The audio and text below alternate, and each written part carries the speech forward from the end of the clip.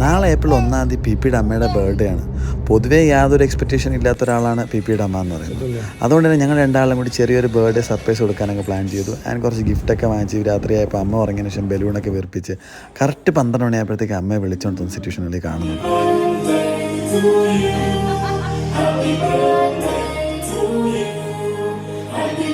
അതിൻ്റെ കൂടെ കറക്റ്റ് സമയത്ത് ഒട്ടും പ്രതീക്ഷിച്ച ചേച്ചിയെ കൂടി കണ്ടത് അമ്മയുടെ കിളി അങ്ങ് പോവുകയാണ് ചെയ്തത്.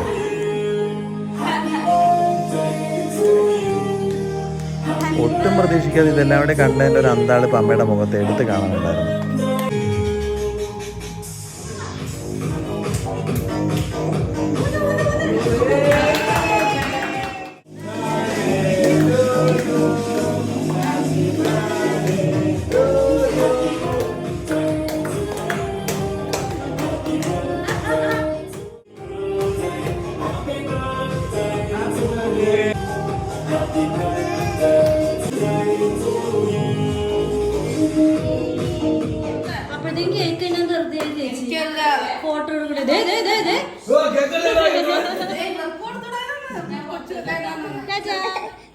Happy birthday to you, happy birthday to U.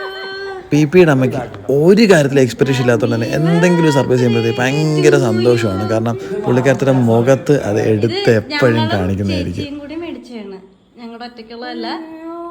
ചേച്ചി ഉണ്ടായിരുന്നപ്പോ നമ്മൾ എടുക്കാൻ മറന്നുപോയി. ഞാനിപ്പോ പുറത്ത് വന്നപ്പോൾ ഓർത്താതാ ഞാൻ അയ്യോന്ന് വിളിച്ചേ. So once again happy birthday amma, we all love you amma.